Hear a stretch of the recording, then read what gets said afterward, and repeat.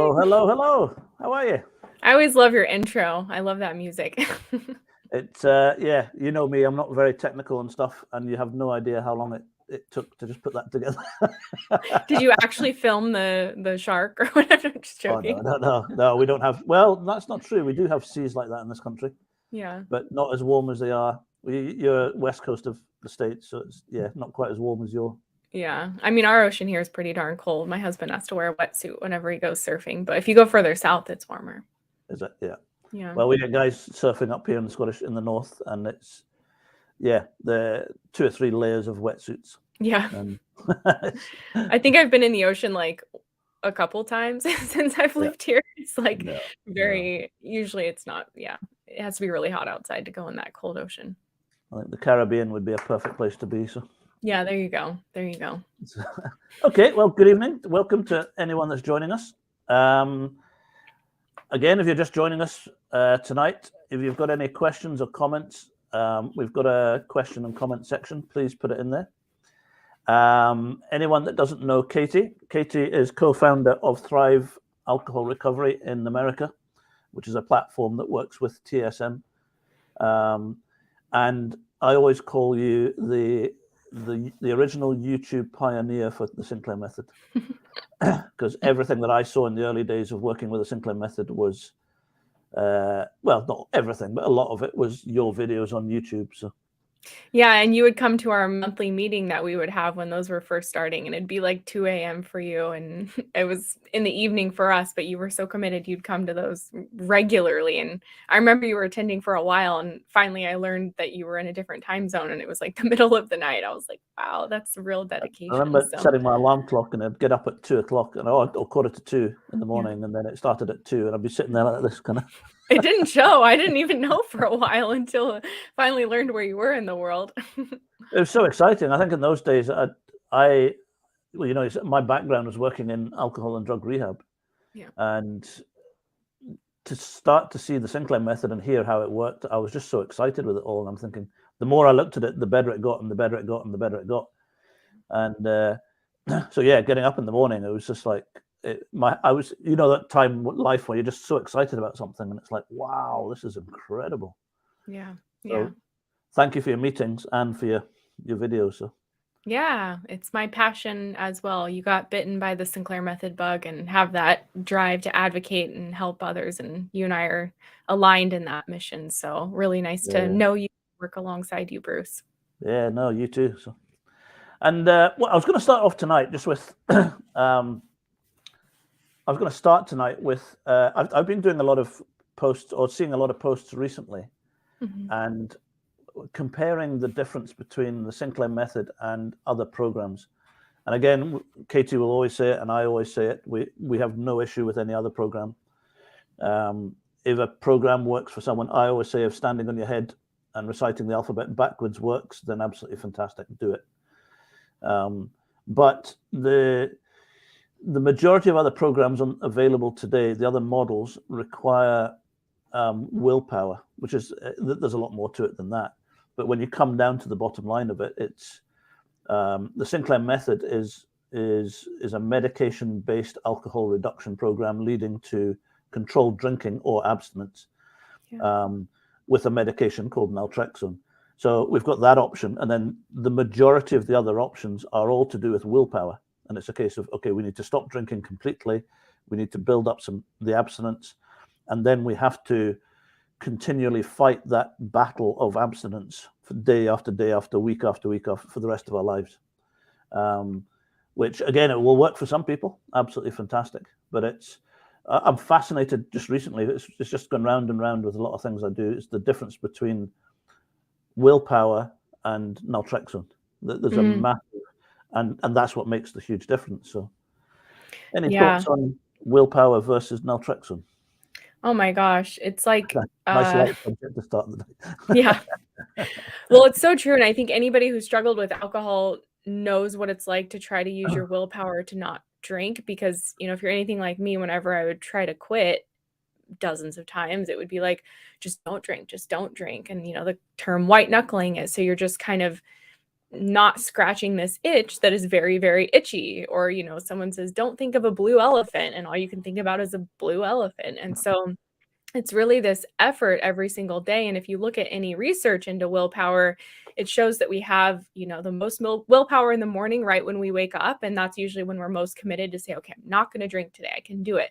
But then by the time the day goes on, we kind of lose our reserves of that. And that's why it's so easy for many of us to just, make that promise in the morning. And then by the time 6 o'clock rolls around, it's like, oh, screw it. Like I need to have this drink, and the craving is kicking in. And so resisting that urge just becomes like a losing battle. And it really is this like battle that requires a lot of effort, even though you're not, you don't have to do anything to not drink. When that torment is going on in your mind, that preoccupation and obsession about drinking, it's kind of like, if anybody has ever fasted from food or, just taking a break, it's like the hungrier you get, like that's all you can think about. And I've done fast before where I was like craving broccoli, like just steamed broccoli. I was like so hungry that was like my mouth was salivating at the thought of broccoli. So when we try to use willpower with alcohol and kind of fight the craving, it can be exhausting, and it can be all that we think about. But with naltrexone, it starts to quiet that over time. And I think one of the biggest things I loved about it was that it was like,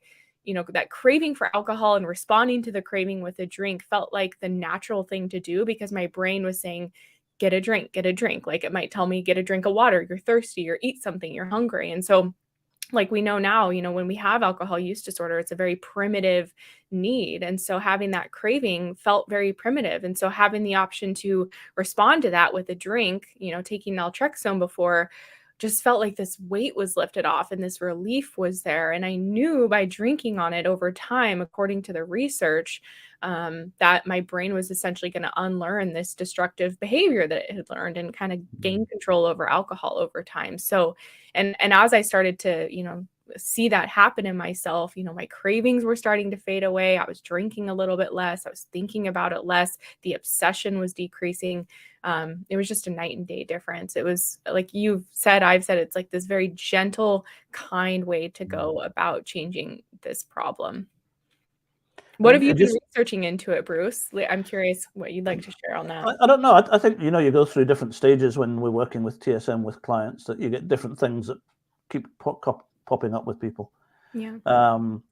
And I don't know. I've been speaking to a lot of people who recently, for some reason, that have been through abstinent-based programs. And again, I've got to reiterate, nothing wrong with abstinent-based programs.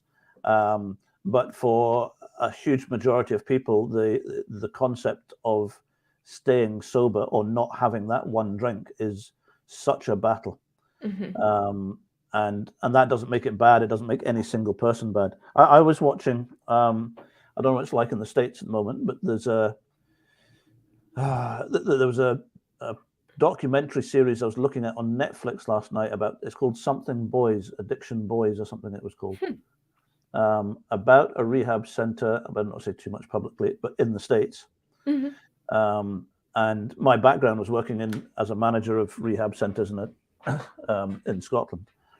And it really, I sat there and watched this for about an hour, and it really took me back to when I was working in that situation, where the majority of our time was spent doing everything we could to stop people from relapsing. Everything. I mean, with a rehab center, you get people in the rehab center, they can't go out, they get tested occasionally, all of that kind of stuff, which you have to do, and that works for some. But it's a constant battle to keep someone sober. It's a constant battle to keep someone from relapsing. And I suppose we've been around TSM for so long that it becomes normal. But when I'm working with clients now, I realize that these guys are just, like you said, it's a very gentle way of doing it. So they continue to drink, which again, in normal models of recovery, that just doesn't make any sense at all. Mm-hmm. You take medication naltrexone, it reduces the amount of endorphin, and then as a secondary effect, it rewires the neurological pathways in the brain. And it's that rewiring of the pathways that, as you were saying, it de-addicts the addicted brain in the long term. Yeah. And it's a huge mindset towards, this is just crazy. I mean, that's why when I came to a lot of your early meetings, I was like, this is crazy. This is just what you. So you're trying to say people who are struggling with AUD or alcohol, they can still drink. They take a medication, and then over time they just lose interest in. And it's like, how is that possible? It just didn't make sense. But watching this video yesterday, or it's called Addiction Boys, I think it was called, and it was so sad watching it, because you could see the staff members who are watching the guys in the rehab, and again, a lot of them were relapsing as well. And these were good guys that just could not keep from relapsing for whatever reason. But it was, I think you just go through periods, I think, where you start to appreciate. I find it really difficult trying to promote how good the Sinclair method is without it sounding like we're knocking any of the other models, because we don't. But when you work with a model that has a 78% clinically trialed success rate, you want to just jump on the roof and scream about it. Yeah. And even, we know that alcohol use disorder is not a logical issue. And so a lot of people, I call it like a battle of the brain, where their logical self recognizes that this is an issue. And most people sincerely want to get it under control.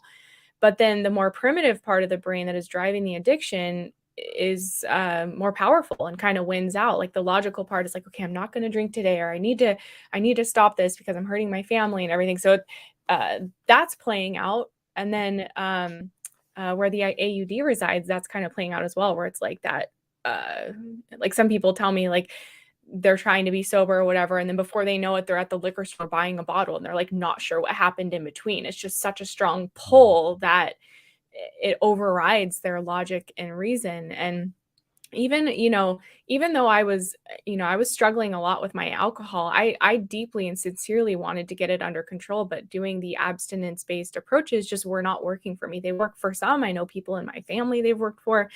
We never want to knock it, but I think TSM is a great landing place, especially, for people who have tried. Like, we have so many people in our program who've tried AA or rehab and done it multiple times and not seen success. And then they land with TSM, and that's the thing that ends up working for them. And it feels so good, honestly, when we're still in that place of strong alcohol craving, to know that, okay, I don't have to give up this thing that I deeply desire, the alcohol. I don't have to give it up right now. I can continue to drink it. But by drinking on this medicine, I know that I'm going to allow my brain to unlearn this behavior pattern over time. And so, yeah, it is such a gentle way that really meets someone where they're at. And it's really cool. I love to observe people's progress and see themselves change in regards to their alcohol, and see them do things in life that they would always do while intoxicated, and now they're doing them sober. Yes, they're still drinking, but they're starting to get their life back, and it's revolving less around alcohol. And seeing that gradual change over time is such a beautiful process. I love watching it. And like you said, it's just so rewarding as well. And what I was going to do was just to give you time to have a quick think about it as well. I'll start off, but I was going to give a couple of stories of clients that, well, I'll give one of someone I've worked with, and if you've got one that you've got, just to give anyone that's watching this just an idea of how TSM works, or a testimony, or an example of what's happened. If anyone's here as well, if you've got any questions, please just put them in the comments.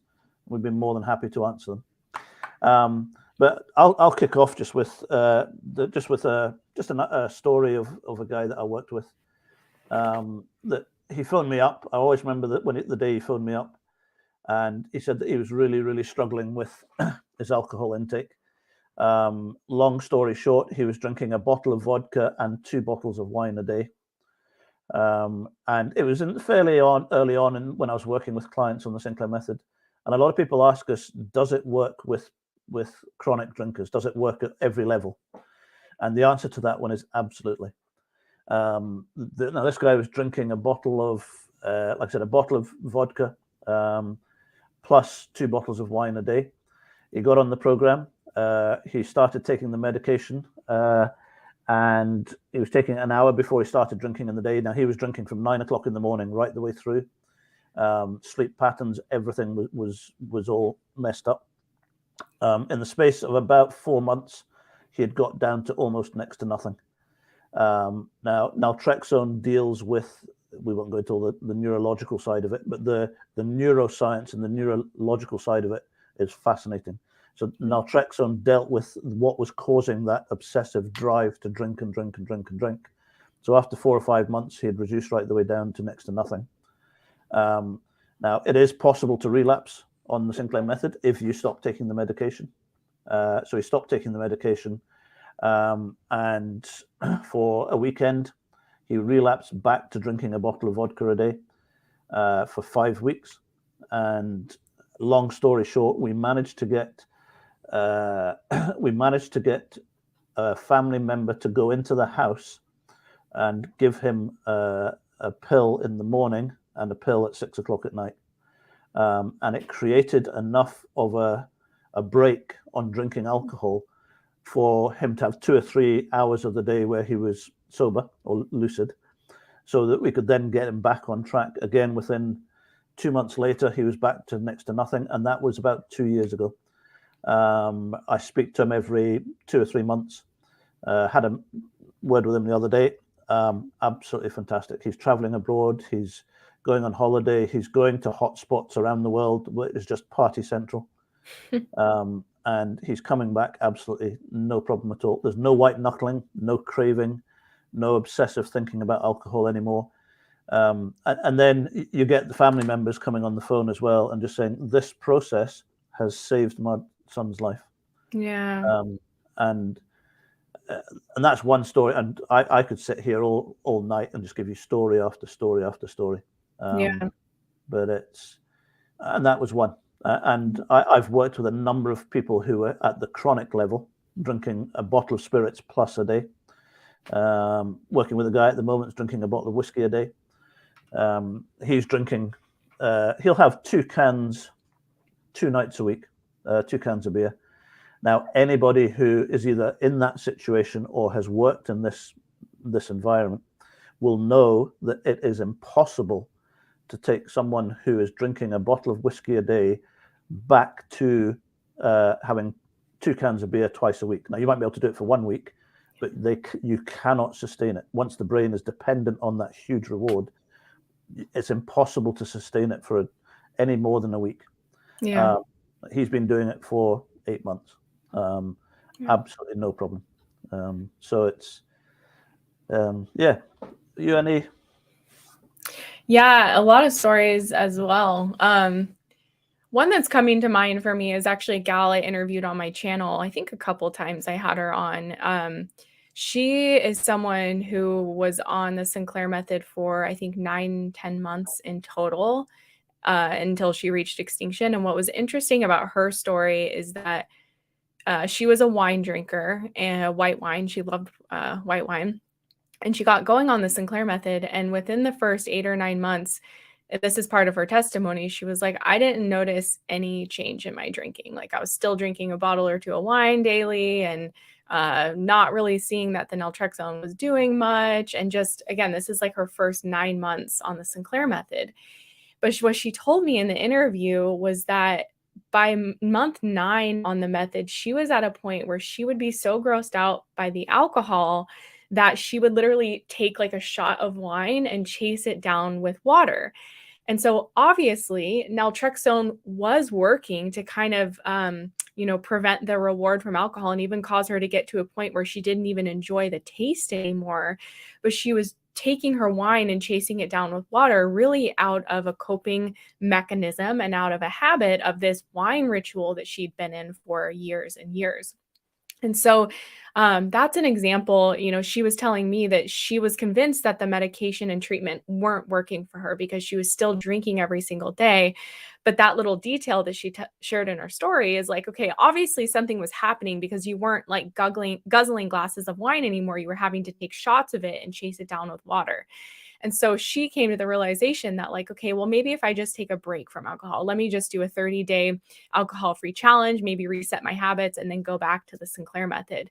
So she committed to that. Granted, she'd been drinking every day for 9 months on naltrexone, and she committed to this 30-day break. That was all she was going to do.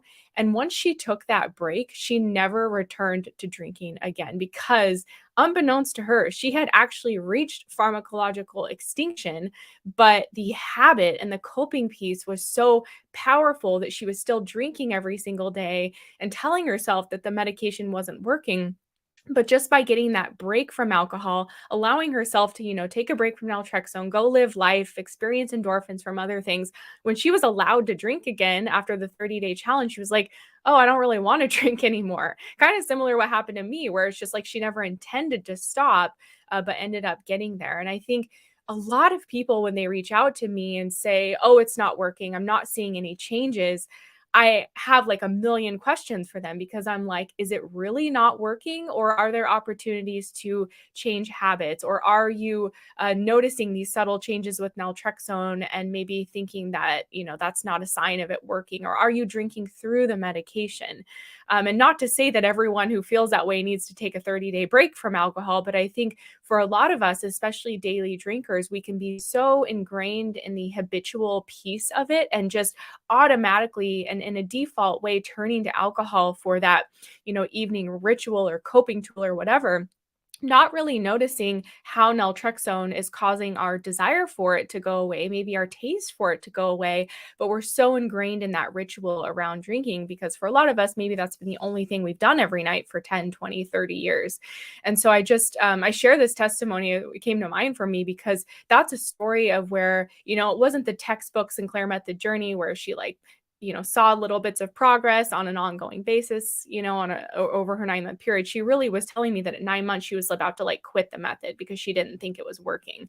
But just by taking that break from alcohol, she could see that her brain was actually at an extinction point and she didn't even have that desire to drink anymore. And I think that also, just the last thing I'll say is it really speaks to the importance of alcohol-free time, even if it's just one day a week, and we encourage people to kind of work up to that over time. But that alcohol-free time really lets us have the alcohol and naltrexone out of our system, get the reward from food or exercise or other things, and really teaches our brain new habits. If we're not giving ourselves the chance to learn new habits, then alcohol and drinking can continue to be the default, even with naltrexone. So that's one, again, of a million stories I could share as well.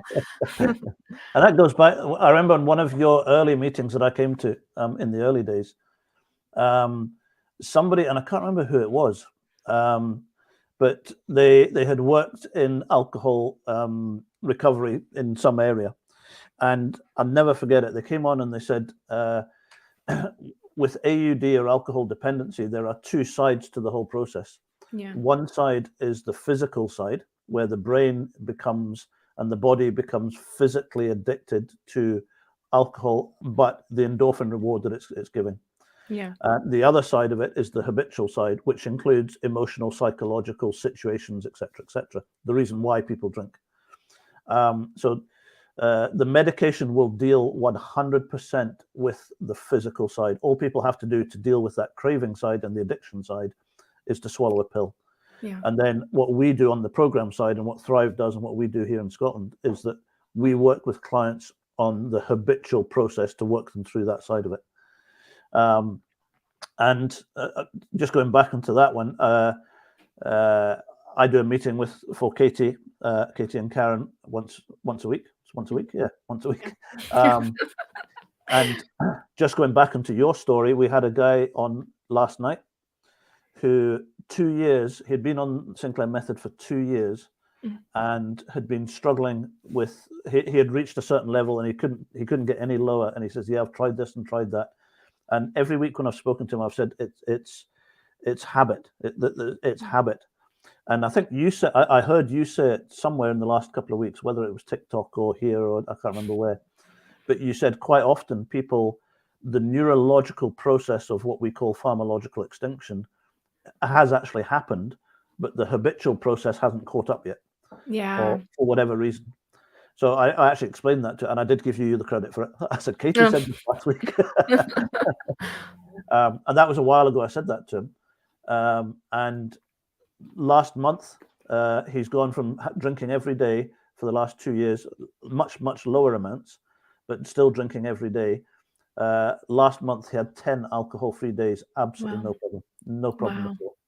And this year, this month, he says, I'm going to go for 15. And I know when I spoke to him yesterday, I said, any craving, any white knuckling, any stuff?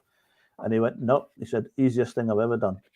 And I said, so therefore it sounds quite normal, but when you come from an abstinent-based background, the only thing, every abstinent-based program is structured and set up and made to deal with the physical side. Well, no, it's not. There's a lot of work that's done on the other side, which they do very well. But you are constantly fighting the physical side of it, where people are that close to having one drink, which then creates a huge rush of endorphin. And that huge rush of endorphin, which is not controlled by naltrexone, you just can't stop. It's 1 drink, 2 drinks, 3 drinks, and it's never enough. So that they're only that close to having that 1 drink. And it's in rehab world and other worlds, it was just a constant fight to keep people from relapsing. And then with the Sinclair method, I'm realizing now that all you have to do to deal with that side of it is swallow a pill. Like you always say, it's not a magic pill. Well, no, it is. It's a magic pill in regards to the physical side, but we still have to do work on the habits, the situations, the emotional, the psychological side of things. Yeah. And I think a lot of that like boils down to mindset. And of course, that can encompass a lot of different aspects of a person. But a part of that is like fear of the unknown. Like I've known many of people who are daily drinkers, and I even had this experience myself where it's like they're afraid of an alcohol-free day because it was really hard before TSM and maybe they haven't had one in months, years, or, who knows how long.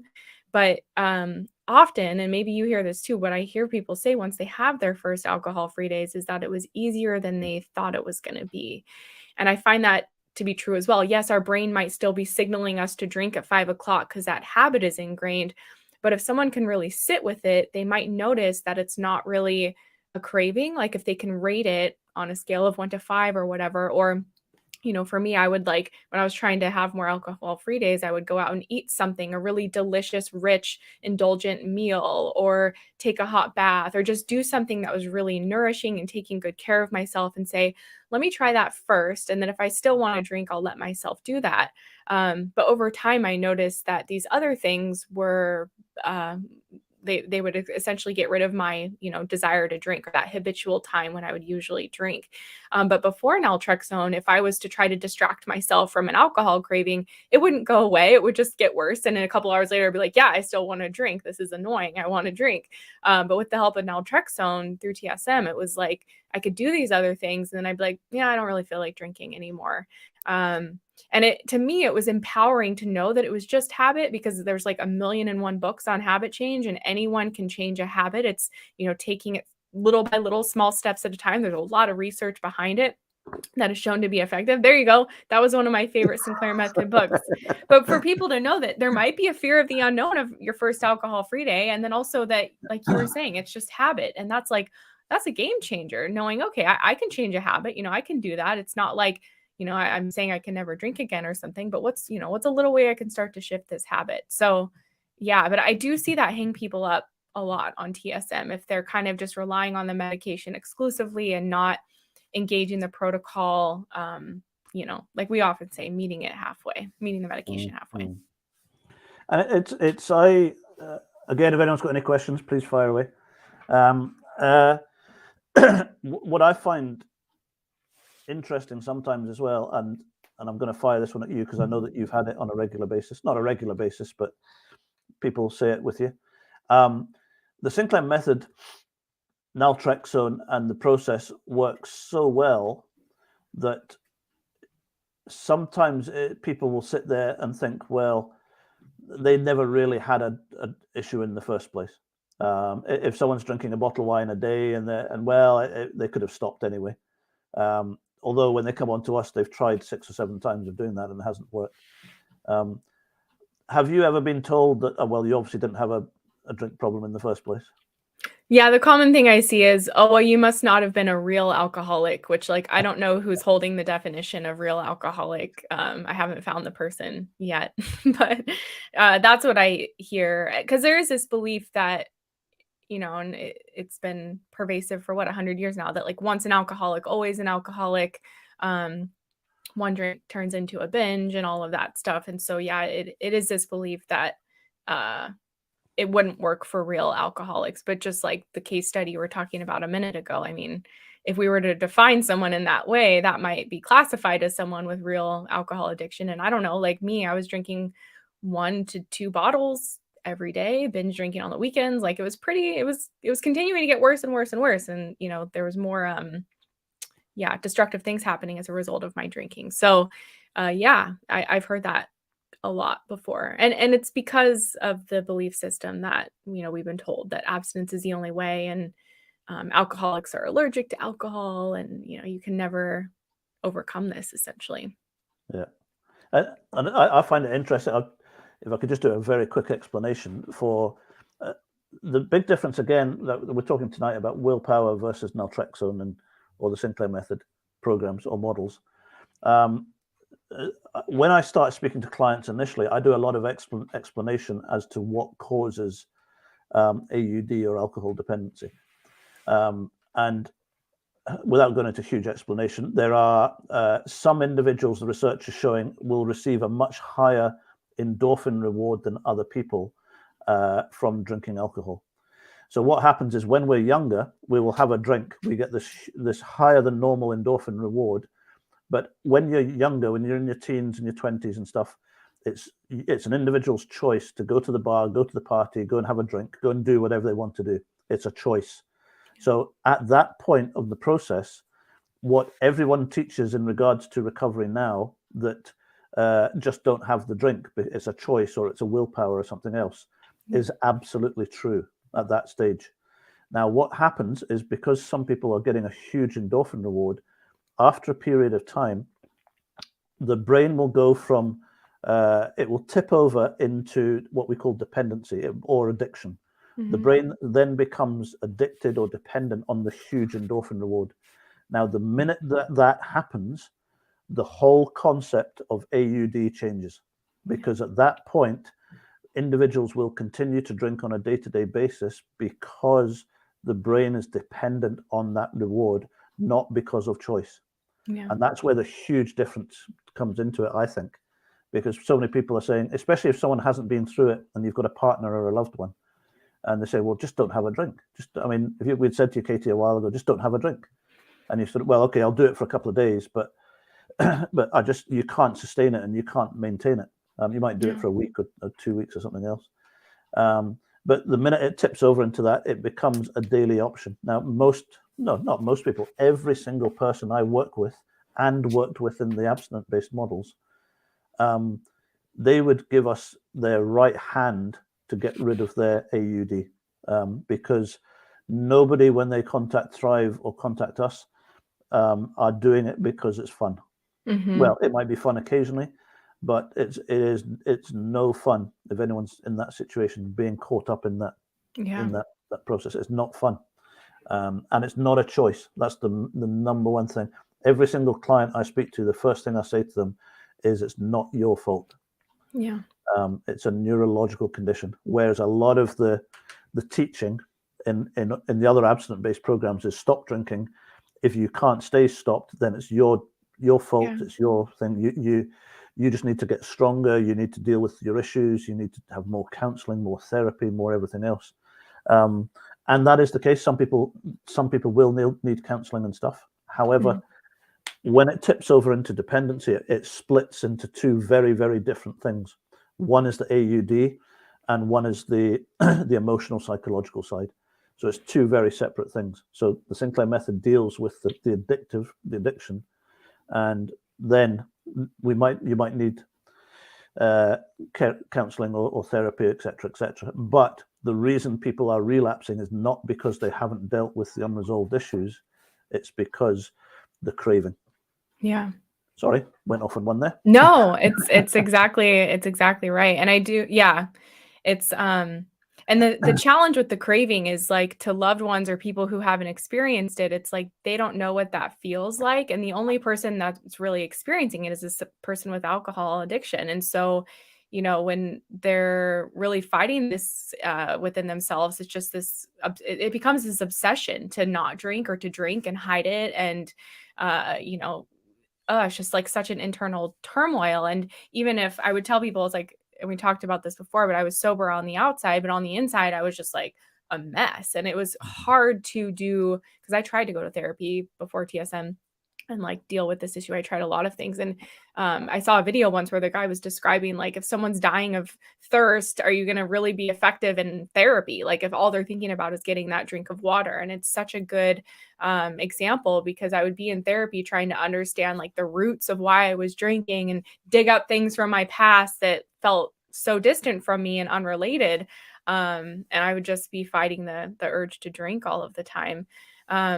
But I think therapy can be helpful or in any type of support. And the reason I think that is because like what's been coming up a lot for us lately in our program and with our members is people that are hitting a plateau on the Sinclair method and they've seen progress, but they're kind of stuck where they're at.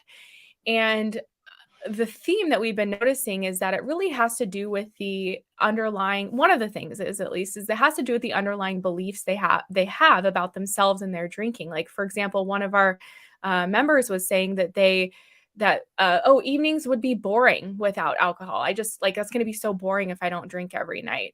Or, you know, I'm never going to get this issue under control. I'm always going to be someone who has an alcohol use disorder. And these are beliefs that people who are on the Sinclair method are holding. And so, you know, if you look at any research behind the science of beliefs and like the mindset needed to make this change, if someone is doing TSM religiously, following the protocol correctly, doing everything, you know, to the T, but they're walking around with this underlying belief that it's going to be boring at night if I don't have that bottle of wine, they're going to fight the medication. And those are the people that will often report that they notice the medication is telling them, you know, 2 drinks is enough, you don't need to have more, but they blow past it anyway because of that habit that's playing out because of the underlying belief that has been driving the behavior. So just wanted to say that because it has been coming up a lot lately in our program as we kind of dig a little bit deeper to the challenges people are having and really encouraging people to maybe in therapy or like we have a course video on it or just to talk with a coach or someone about it or really just sit down with yourself and think, what do I really believe about alcohol's role in my life? Do I believe that I can see myself, you know, have this balanced relationship with it and spend most of my time alcohol free? Or do I believe that it's going to be boring every night if I'm not drinking? And the great thing about beliefs is that we can change them, but we first have to identify the beliefs that are either serving us and where we want to go, or they're keeping us stuck with where we're at. So I just want to say that. Yeah. And Matt's saying exactly the same thing. Just kind of seconding that. It's so much easier to look at and deal with doing the work on yourself when addiction is not part of the picture. Yeah. So true. Yeah, so true. And I think that goes back to when I was talking about the rehab and you're fighting the craving and well, especially it's an hourly fight for the craving. And like you were saying, you can sit in counseling, we used to do a lot of group work with the guys, and the group work was absolutely fantastic. It was great stuff, your triggers and all that kind of stuff. But if you're sitting there craving, and your craving is, we always used to ask people, what's your craving level between 1 and 10? And if they're sitting there and saying, well, my craving level is 9, like Katie's saying, they're not going to hear a word we say. Because their head is fight. I've got to like grab hold of it and stay.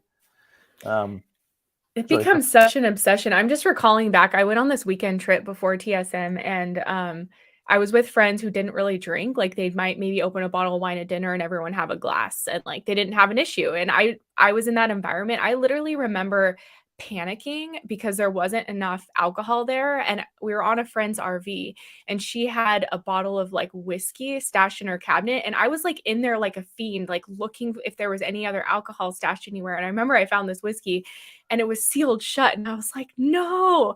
And I remember opening it and just like pulling little bits from it and trying to get more alcohol because I was around a bunch of people who didn't have a problem with it. And they're all kind of sipping on their wine. And here I am like, how can I get more alcohol? Like just that just popped in my mind as like this obsession we're talking about, even when we have alcohol around us. For me, it was like one glass of wine wasn't enough. Like I needed to like find more, and I was on this quest to like sneak it and get it in any way possible while on this beautiful like weekend trip with a bunch of great friends, and we were out in nature and riding a boat and stuff. But I just remember the whole weekend I was like constantly trying to find more alcohol. So that just came to my mind. I had to share that. And did you find it, again, another loaded question, when you're fighting the craving on a day-to-day basis, did you find that whole thing hard work and tiring? Oh my gosh, yeah. The sneaking of it, the wanting to be able to drink as much as I wanted to, being annoyed when I was with people who like that scenario with my friends, like they would all like sip on wine and throughout the dinner, and there was a second bottle and it's like nobody's talking about opening that bottle, and how can I kind of moderate my drinking without looking like the one who has a problem here? And so whether I was drinking and of course if I was drinking home alone, I could drink like I wanted to, and that's why AUD can be so isolating for many of us, because like we just know that that's the environment where we can indulge how we want to. And when you're with people who don't drink like you, it just becomes more annoying than anything. Like my husband, he drinks, but he drinks like once or twice a week. He has no issue. And it would always be frustrating for me if like we'd be out to dinner and I'd want a second drink and he'd like look at me, or if I wanted a third drink or something. And so, yeah, it's annoying and challenging and frustrating and difficult, whether you're drinking and trying to keep it in check and keep it under control, or if you're not drinking and then you're just thinking about it and resisting the urge the whole time. Yeah. And one thing that I know Thrive does, and we do it here in the UK, is we're always encouraging people, as we're on the reduction process, to find other things to do to replace the time that you spent drinking, and also that is natural endorphin producing. So things like walking, etc., etc. And the comment here saying that I got back to old activities, things that I used to do before AUD, and discovered new things to do.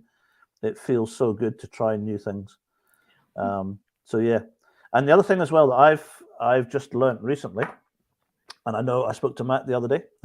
I know that Matt's just started this, but you won't have an issue. Well, you might have an issue with it in where you are in the States, but in Scotland it's a big natural thing to do. But they call it cold water swimming here. Oh yeah, everyone's into that here too. And everyone's into it. But I did read, or I watched a video the other day of what it does is it produces, the minute you jump in the cold water, and the reason your breath's all like that is it's producing adrenaline, which converts into endorphin. And it's the equivalent reward that someone would get from cocaine. Whoa, really? And the challenge with cocaine is, we don't want to go down that road, but the come down of cocaine is very, very quick. So it's a very quick up and a quick down. And when it goes down, it goes right to next to nothing, which creates the real depressant crying and everything else from a come down of coke. But the come down of cold water swimming takes about 3 to 4 hours. So, which is why apparently it's so good for you, because it gives you. Do you know how long you have to be in the cold water for? Depends how cold it is. Oh, okay. A couple of minutes. Some people have cold showers. Depends on whether it's ice water, or if it's Scotland, you're in for 30 seconds. Or you're frozen. So yeah, I don't know, but it's creating this very quick, huge endorphin reward, natural endorphin reward, and then it's dropping off very slowly for 3 to 4 hours. So it's meant to be but we always suggest to people to go and do other things that create natural endorphins. Yeah, absolutely. That is really key. And I'm glad this person says that I got back to old activities pre-AUD and discovered new things to do. It feels good to try new things. Yeah, it really does. And it's so crucial, like we were talking about earlier, to seeing a success, not only success on TSM, but ultimately reaching extinction. Like if someone's not having any alcohol-free days, they're not going to reach extinction, or maybe, neurologically their pathways have been, reversed enough that have been driving the AUD, but without giving yourself an opportunity to learn these new behaviors, experience endorphins from other things in life, there's going to be this stagnation or people feeling stuck. So the longer someone is on TSM, alcohol-free days really do become crucial, so you can create these new lived experiences in yourself where you're getting endorphin reward from other things, and there becomes, you get to have a whole robust library of things that give you pleasure, as opposed to just that, one reward from alcohol, which for many of us, for myself, it was like that was my number one reward. And sure, I would, do other things, hang out with friends or whatever, but alcohol always had to be front and center. And if it wasn't, I wanted to leave as soon as possible so I could go home and drink or go somewhere else and hang out with people who were drinking. So, that's something that we've really conditioned ourselves to habitually and, mentally and all of that. So alcohol-free time is super important for a lot of reasons. Yeah. And again, Matt saying definitely been there. Not having enough alcohol at the beginning of a drinking session caused me so much anxiety. Yes. Yeah. And we hear it all the time. Things like you finish work and the first thought is, do I have enough drink at home? Have I got to go to the supermarket and pick up drink? If we're going to friends' house on Friday night, are they drinkers? Are they not drinkers? Will I be able to have enough drink when I go out? Will I need to have a drink before I go? Like Katie's saying, it's tiring. It's hard work. But it's the hardest thing that we have is the Sinclair method. There's no other way. I always try and dampen it down for some reason, and because it just sounds like you're just going off on a stupid thing. But do people say you're a snake oil salesman? I've had it a couple of times. I've had it a couple of times, but I have never. I don't think there is anything like it in the world. Is what I'm trying to say, and that's not just from an idea that I thought of yesterday or 3 days. I've worked with it for 4 years. Katie's been through the process herself and worked with it for 5-6 years, I'm guessing. Yeah, since 2017. 2017. It is absolutely incredible. And what I would say to anyone, if anyone's watching this for the first time or hearing about the Sinclair method for the first time, all I would say is absolutely listen to what we're saying. And yes, it's exciting, etc., etc. You might be like me, where you say, what an absolute load of rubbish. But that's okay as well, because I get that completely. Because I thought, what a load of rubbish, and I got very angry, actually. I was fuming when I saw it. But what I would do is I would say, please, please, please go and do the research, not from friends or not from someone in the bar or in the pub. Go and do the neurological research. Go and read up about the Sinclair method and the 30 years of research that Dr. Sinclair did, the clinical trials. There's 125 clinical trials. It's not something that Katie and I invented last week. And we could sit here, like Katie was saying, all night and give you story after story after story. It's it's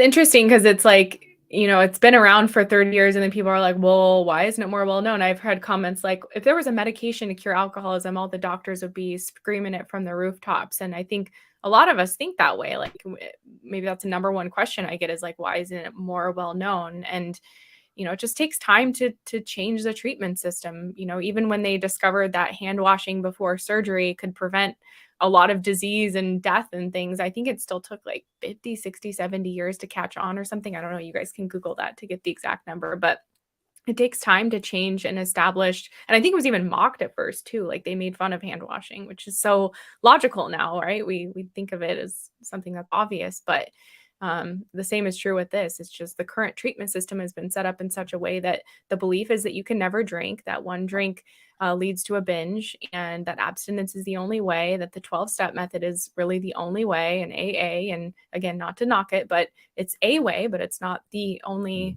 option. And so, yeah, it's going to take time for it to continue to gain momentum, but I think it is really gaining momentum. And there's been recent news articles about using targeted naltrexone, and they've even mentioned, this medication is not new. It's been around for a long time and known to treat alcohol, but more research is being done on it, which is really great to see. But yeah, still some ways to go. In one of the articles, they interviewed a doctor who supports naltrexone and the Sinclair method, and they were saying that there's a huge disconnect between like a general practitioner who, anyone could theoretically go to their GP, at least here in the US, and get a prescription. But oftentimes the GP will refuse it because they think they need to be an addiction professional or they don't understand how it works. And that was called out in this article, that it's just like, people should be able to go to their GP and get medication for addiction or alcohol addiction. But I often tell people it's like a 50-50 chance whether their doctor will say yes or no. It's a gamble. And again, just something that's coming to my mind at the moment was that I did a little, no, it was a revelation. It was a I don't know, whatever it was. Something suddenly hit me when I was looking at different models of recovery a while ago. And AA started in 1935, and their model was abstinence-based program, support groups, peer support, sponsors, etc., which worked very well for a number of years. Now, then what happened was people would leave AA and they started up other organizations. So they started up things like CA, Cocaine Anonymous, NA, Narcotic Anonymous, NACA, Smart Meetings, Smart Recovery, etc. They're all peer support groups. Now, they all have a slightly different twist on AA, but they are all abstinence-based, most of the time 12-step programs. Yeah. So the model that we follow today for recovery, the only model that we have is abstinence-based 12 steps. So from AA came CA, NA, Smart Meetings. From those meetings, we then started residential rehab centers. So in this country, we've got government ones, we've got private ones, etc. In this country, we've got the NHS. The NHS have alcohol programs set up, alcohol and drug partnerships, they call them, where you can go and get it from the NHS and they'll give you support. However, that support is back to AA, CA, Smart Meeting. So the only option that people have is, yes, there's AA and CA and rehabs, there's all the different options, but the model is the same. Yeah. Now, there's a slightly different slant on it. You get some Christian ones, you get some non-Christian ones, you'll get private ones, you'll get AA, you'll get Smart Meter. They're all slightly different slant on it, but the way that they're coming at the whole problem is it's a willpower thing. You need to stop drinking and never drink again. And thankfully, we're now starting to embrace that. We're starting to realize it's a neurological condition, and therefore, if it's a neurological condition, just like epilepsy or something else like that, there's a medication available to treat it. And that's why our success goes up to 78% rather than the 5 to 8% success rate for the other models. Doesn't make them bad. It's just we need to move forward. We need to move on.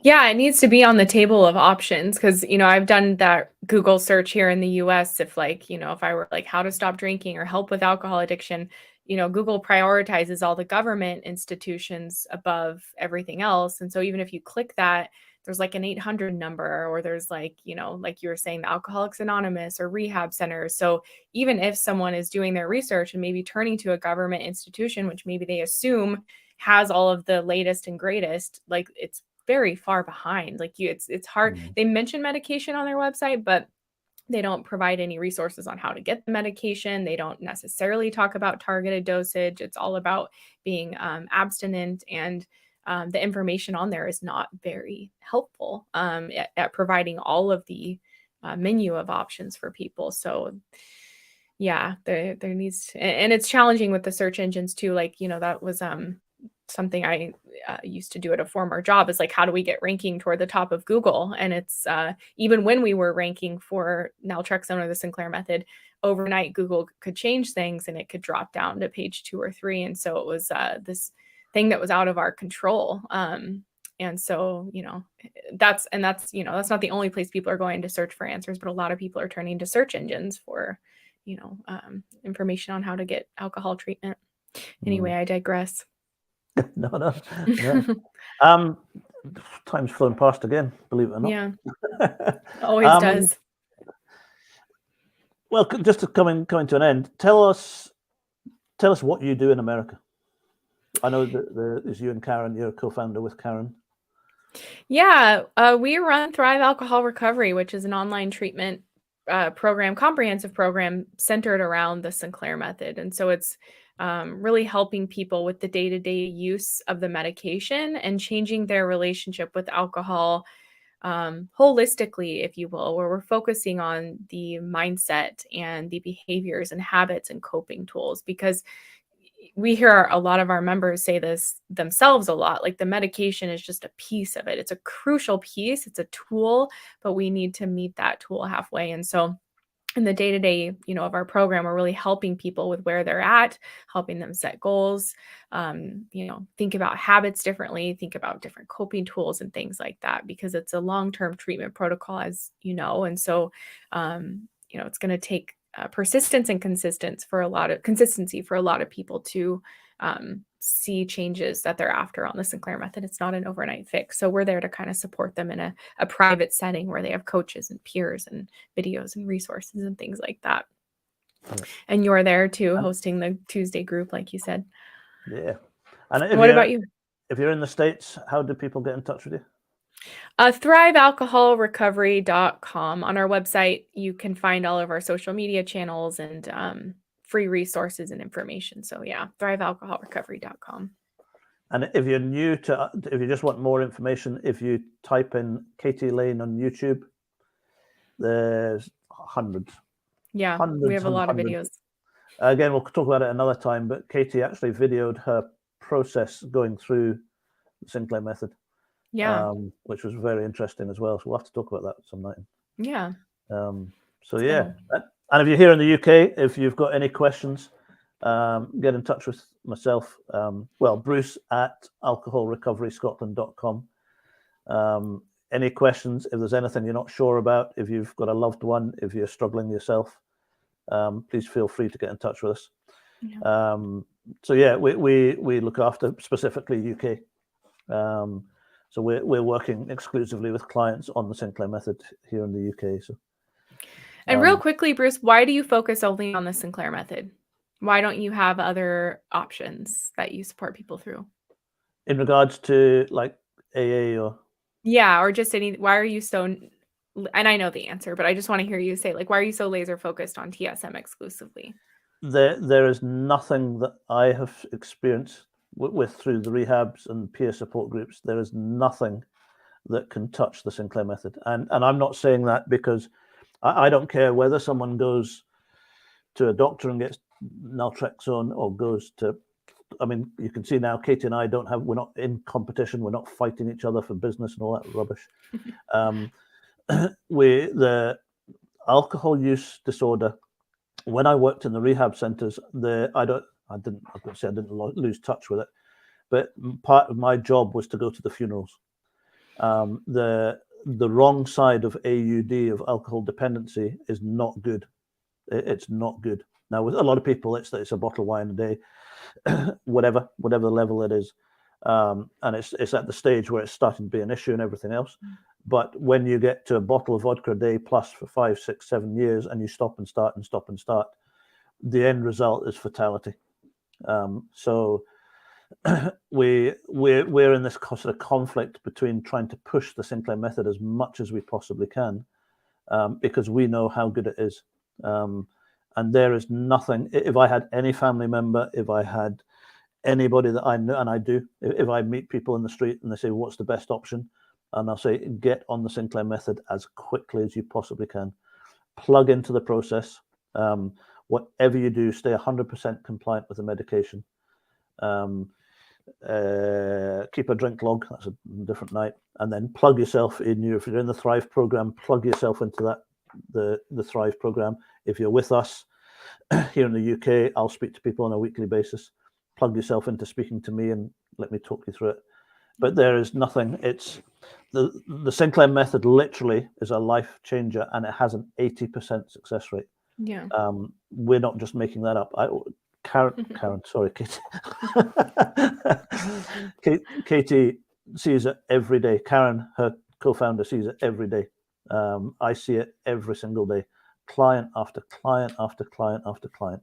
If they stay compliant with the medication, it works because they've drilled down to the root cause. And when you get to the root cause, you can then treat it for what it is rather than just a willpower. Yeah. Shut up. Thank you for explaining that. Yeah, getting to the root, uprooting the issue so that it doesn't come back. It doesn't bother you for the rest of your life. It doesn't, it's not something you're fearing, a relapse. It's real freedom. It's incredible. It's nice to, the fascinating, what I was saying earlier on, when you realize that once it tips over into dependency, it becomes two separate issues. It becomes emotional, psychological, habitual issue and a physical issue. And like Matt was saying, the majority of people never get past that addiction side of the whole process. So yes, they can go counseling. Yes, they can do group work. They can talk about the triggers. They can talk about past experiences. They can do all that side of things. But if you don't deal with the addiction in the brain from a neurological point of view,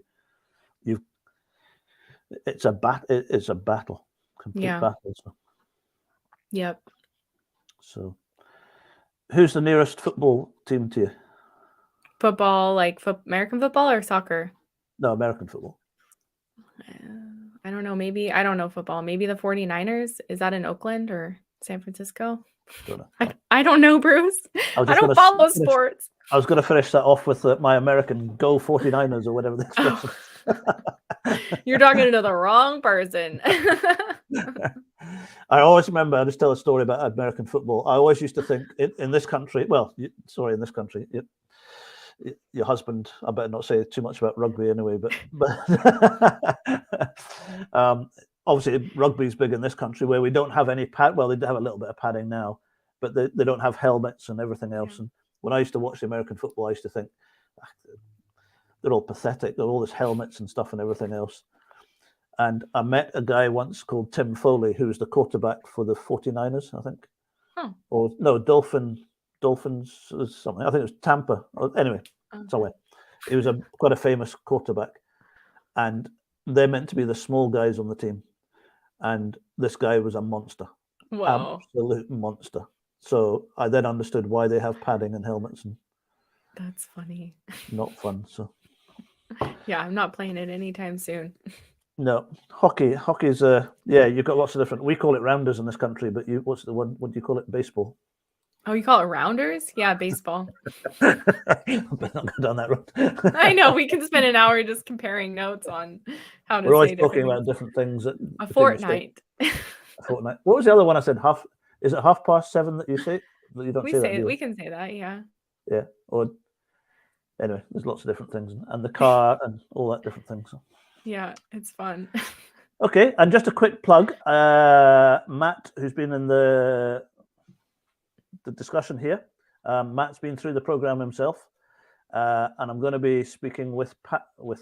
My brain stopped working. Sorry, Matt. I'm going to be doing a live again tomorrow night. I think it's tomorrow night, Matt. It's either tomorrow or a week tomorrow. It's tomorrow, I think. Where we're going to be doing, I'll just be talking to Matt and he'll be telling a bit about his story again, and we'll talk a lot more about the Sinclair method. So again, if you're free tomorrow night, you're welcome to join us. Yeah, that was a great conversation you guys had last time. Really, really awesome. Super happy for you, Matt, and love how you tell your story and articulate the whole process. Like, very well done. Yeah. So, and what was Matt's, what was the one that you picked up on? Alcohol free, but not free from alcohol. That's the one. That was Matt's. Yeah, I'm stealing that, Matt. I'm going to copyright that. It was so good. He just dropped it in the chat. I was like, bam. We'll have to patent that, Matt. So, right.